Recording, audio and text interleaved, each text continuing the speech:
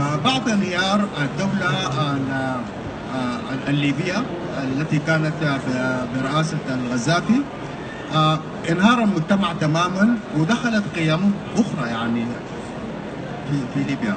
Après la chute du gouvernement de Kadhafi, ce qui s'est passé, c'est qu'il y a eu de nouvelles valeurs, entre guillemets, de nouvelles valeurs qui ont pris le pouvoir, qui ont pris le dessus.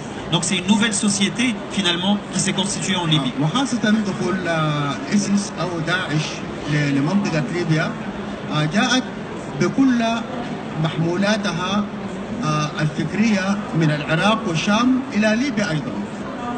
Et surtout l'entrée d'ISIS, je ne sais pas comment on dit, de Daesh, l'entrée de ISIS dans le pays, elle est arrivée justement avec un nouveau contenu idéologique également.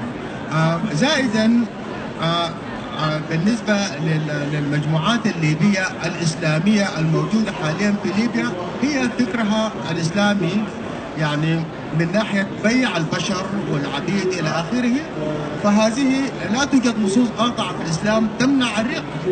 يعني الإسلام اليوم يحسم مسألة الرق أصلا، فبالتالي هم يعني يبيعون البشر ويحسون أنهم بذلك يطبقون الدين الإسلامي.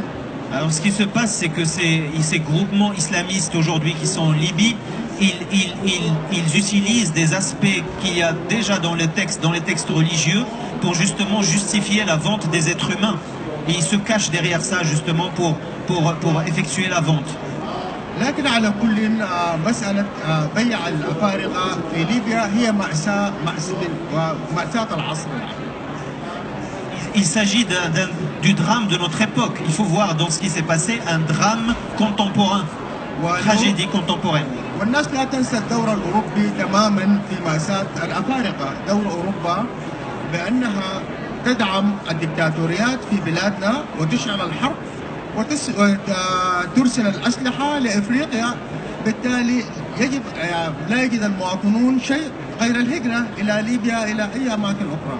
Et il ne faut pas omettre non plus le rôle de l'Europe et des gouvernements européens et des puissances européennes qui soutiennent les régimes dictatoriaux sur place et qui envoient de l'argent et qui envoient des armes également à ces gouvernements.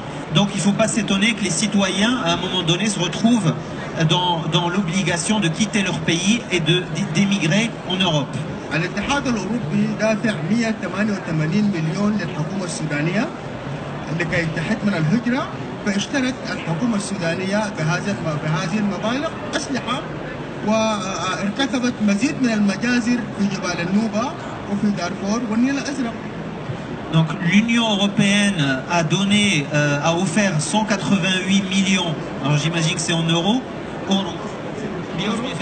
188 millions d'euros au gouvernement soudanais pour limiter l'immigration. Alors ce qui se passe, c'est que cet argent-là est investi par le gouvernement soudanais pour acheter des armes et pour continuer justement à nourrir cette dynamique-là. إذن الاتحاد الأوروبي يقوم باستخدام أموال دافعي الضرائب الأوروبيين لانتهاك حقوق الإنسان في إفريقيا. Donc l'Union européenne, elle utilise l'argent des contribuables pour nourrir des conflits et pour nourrir des conflits en Afrique. Aujourd'hui, c'est ça la réalité. كما إن دخل أوروبا كثير من الدول الأوروبية دخلها الأساسي من بيع الأسلحة. إذا لم يشعلوا الحروب في إفريقيا فكيف يبيعون أسلحتهم؟ Il ne faut pas oublier non plus qu'il y a un grand marché d'armes en Europe et ailleurs et que ça représente aussi des sources de revenus pour les pays européens. Donc si on ne déclenche pas des guerres en Afrique, comment continuer à faire vivre et à faire tourner justement ce marché des armes? Alors, celui qui sème des armes récolte des immigrés.